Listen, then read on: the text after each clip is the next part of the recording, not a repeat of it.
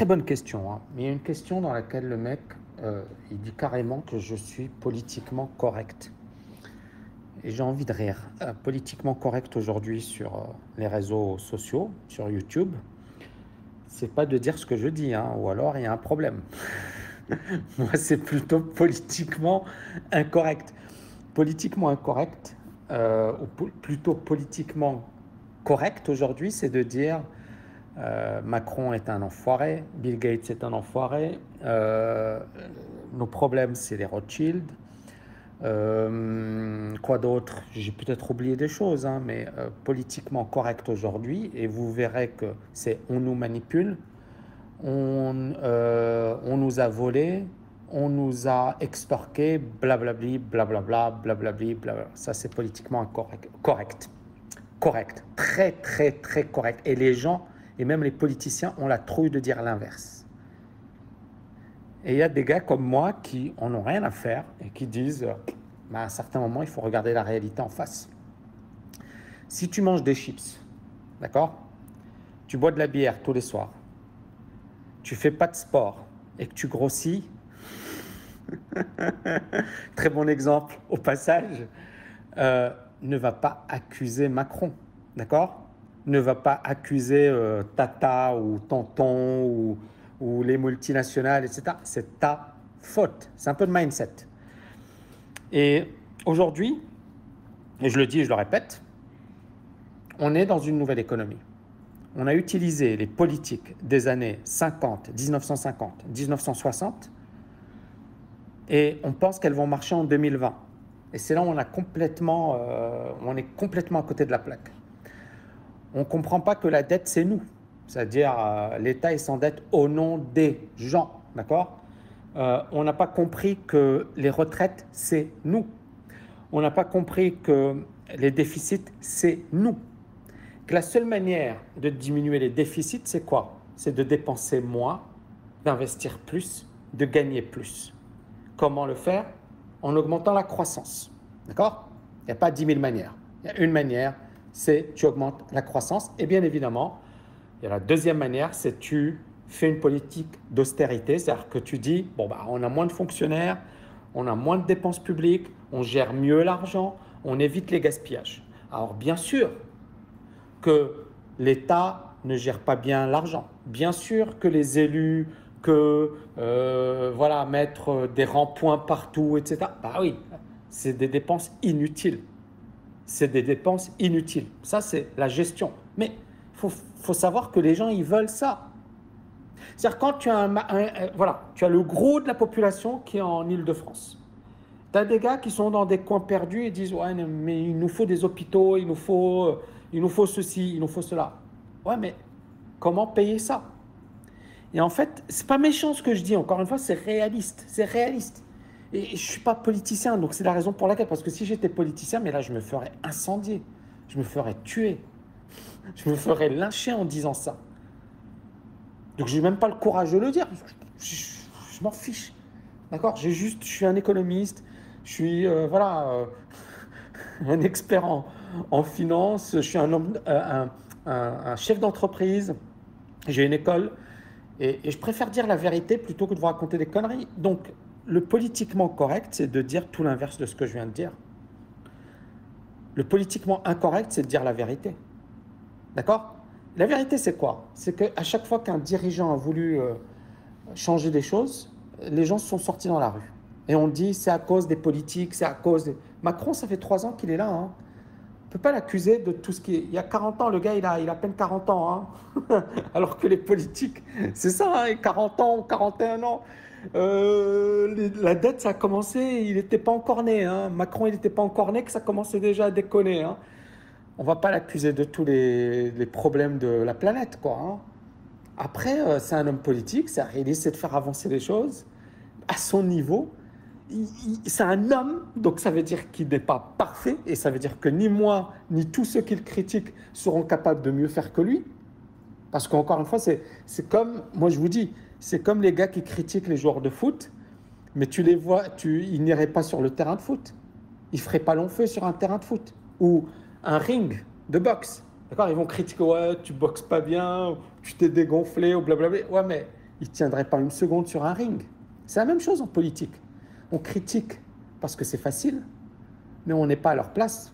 Donc moi, je ne dis pas que ce qu'ils font est bien, je dis juste, ils ont pas mal de contraintes, les mecs. Hein. Alors, le politiquement correct, c'est de le dire, c'est Vincent Lindon qui fait une vidéo où il dit Macron voleur, ceci voleur, c'est tous des voleurs, c'est tous des méchants, c'est tous ceci, c'est tous cela. Et sa vidéo qui cartonne, c'est normal. Les gens, ils ont envie d'entendre ça. Donc, un mec comme moi, s'il y a un truc sur lequel je ne suis pas d'accord, c'est de dire Tammy, il est politiquement correct. Non, aujourd'hui, je suis minoritaire. Et vous le savez, si vous regardez un petit peu Internet, d'accord? Regardez les commentaires que je me reçois quand je fais des vidéos qui sortent un peu du cadre. Quand je parle des 35 heures, regardez les messages sympathiques que je me reçois. Mais je m'en fiche, d'accord? Parce que tout ce que je dis est argumenté. C'est-à-dire que quand je dis la baisse du temps de travail était une connerie, c'est une connerie. Et quand je dis la France, elle n'aurait pas dû baisser voilà, le temps de travail alors que les autres pays n'ont pas fait la même chose. C'est-à-dire que c'est comme en 1980, Mitterrand qui arrive au pouvoir et qui dit « Oh, magie, je vais augmenter les salaires, je vais recruter plus de fonctionnaires, je vais faire plus ci, plus ça. » Et qu'est-ce qui s'est passé? Un an après, la France, ses déficits publics explosent, la balance commerciale devient extrêmement déficitaire, l'inflation qui explose, et là, Mitterrand découvre l'économie. Et il comprend qu'il faut arrêter de raconter des conneries aux gens, de leur dire il suffit d'augmenter les salaires, il suffit de recruter des fonctionnaires pour que l'économie aille bien. Et là, il se dit ah ouais, j'ai fait une grosse connerie. Et là, il commence la politique de rigueur. C'est historique. Alors que l'Allemagne, tous les autres pays faisaient l'inverse, et la France, elle fait ça, et sa dette, elle explose, l'inflation qui explose, et là, ils se rendent compte que l'économie n'est plus fermée. Nous vivons dans une économie ouverte. Ça veut dire que ce que fait un pays dépend de ce que font les autres pays. Et que si tu mènes une politique tout seul dans ton coin, et que cette politique ne va pas dans le sens des autres, tu vas le payer tôt ou tard, très cher. Et la désindustrialisation de la France, ce n'est pas la faute aux Chinois, c'est la faute à la France. C'est la faute aux gens qui ont dit à un certain moment, ben oui, on veut moins travailler, on veut plus d'aide sociale, on veut plus. Et ce qui explique que la France, c'est le pays où le coût est le plus élevé. Le coût de la main-d'œuvre est le plus élevé. C'est le pays le moins compétitif. L'Italie, c'est moins cher. La Grande-Bretagne, c'est beaucoup moins cher. L'Allemagne est moins chère. Donc, un industriel, il a le choix entre faire faillite ou produire à l'extérieur parce que c'est moins cher. Il va produire à l'extérieur. Donc, on en revient sur le coût du travail qui est trop élevé. Ça ne veut pas dire qu'il faut exploiter les gens parce que c'est ce qu'on va me dire. On va me dire, oui, mais t'es un méchant capitaliste. Non, je suis un économiste. Qu'est-ce qui marche? Qu'est-ce qui ne marche pas? C'est comme une entreprise. Tu as une entreprise, d'accord? Les gars, ils foutent rien, ou alors tu les payes, tu les surpayes, mais ils foutent rien. Est-ce que l'entreprise va faire long feu?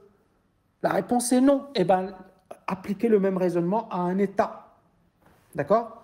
Si l'État ne gère pas bien son argent et si les gens ne sont pas efficaces, l'État va se retrouver en situation d'endettement.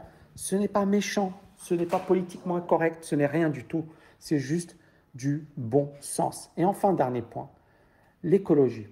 Il y a quelqu'un qui m'a dit, Tammy, l'écologie, tu n'y penses pas. C'est faux. C'est faux. Mais ce n'est pas ça. C'est que les gens, leur réflexe, leur premier réflexe, l'écologie, c'est d'ailleurs, on le dit souvent, c'est un problème de bobo. Quand tu n'as pas de problème d'argent, quand tout va bien dans ta vie, tu as ton appartement, tu as ton salaire, etc. Bien sûr, tu peux te permettre de penser à l'écologie. Mais quand tu es voilà, dans la galère, tu n'as pas d'argent, tu vis, ben, tu t'en fiches de l'écologie. Et ce n'est pas dire que je néglige l'écologie que de reconnaître tout ça.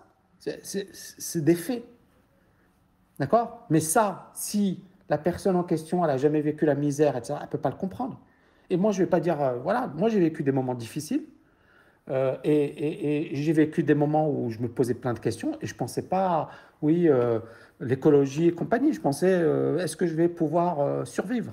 D'accord? Donc, je comprends la douleur de ces gens-là. Donc, c'est très complexe l'économie. C'est très complexe, comment dirais-je, voilà, le monde. Et c'est là où moi, mon job, ma mission, hein, le monsieur, il me dit, oui, ta mission, c'est de dire la vérité. Bah écoute, ouais, bah voilà, je dis la vérité.